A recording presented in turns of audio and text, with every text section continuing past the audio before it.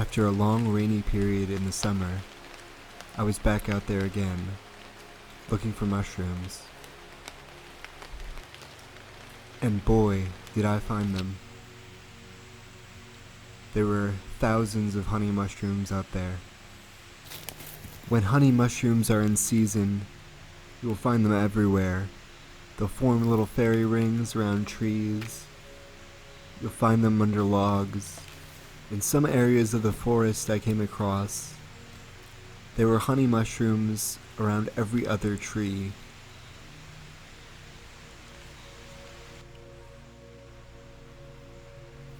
To identify these mushrooms, they have yellow to brown caps and a ring around the stem. They also have white gills and white stalks. This is an example of honey mushrooms in their early phase. The stalks are really good if you peel them like a potato and then cook them like French fries. When I go home to prepare these mushrooms, I separate the caps and the stems. I'll cook the stems like I said earlier, and then I'll saute the caps like I would any normal mushroom. There is one poisonous lookalike to watch out for, which is deadly Gallerina, which has rusty brown gills and rusty brown spore prints, whereas honey mushrooms have a white spore print.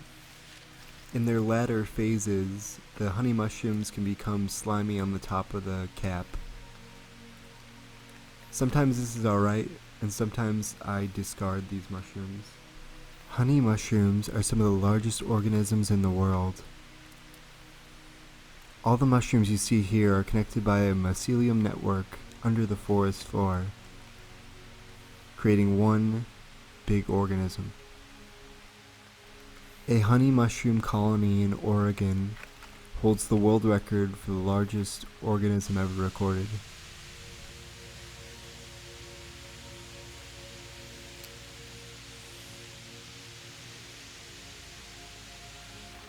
Satisfied with my harvest, I turn back and start heading home.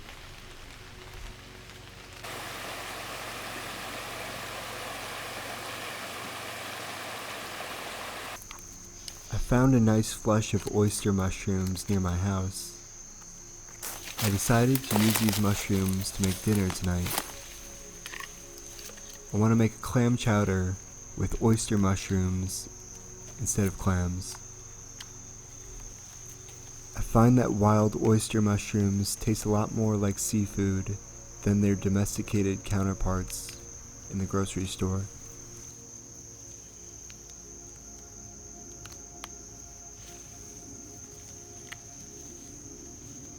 I gathered a healthy amount of oyster mushrooms without over-harvesting the log.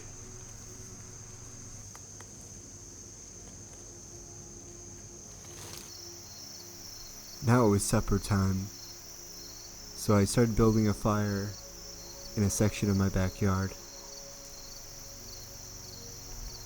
I find the process of building fires to be one of the most soothing and relaxing activities.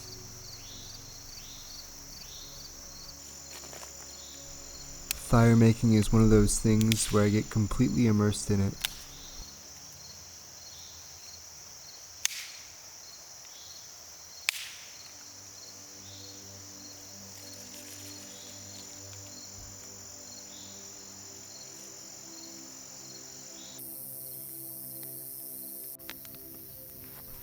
I'm going to cook the oyster mushrooms on my cast iron skillet and also cook a pre-made clam chowder that I foraged from the grocery store.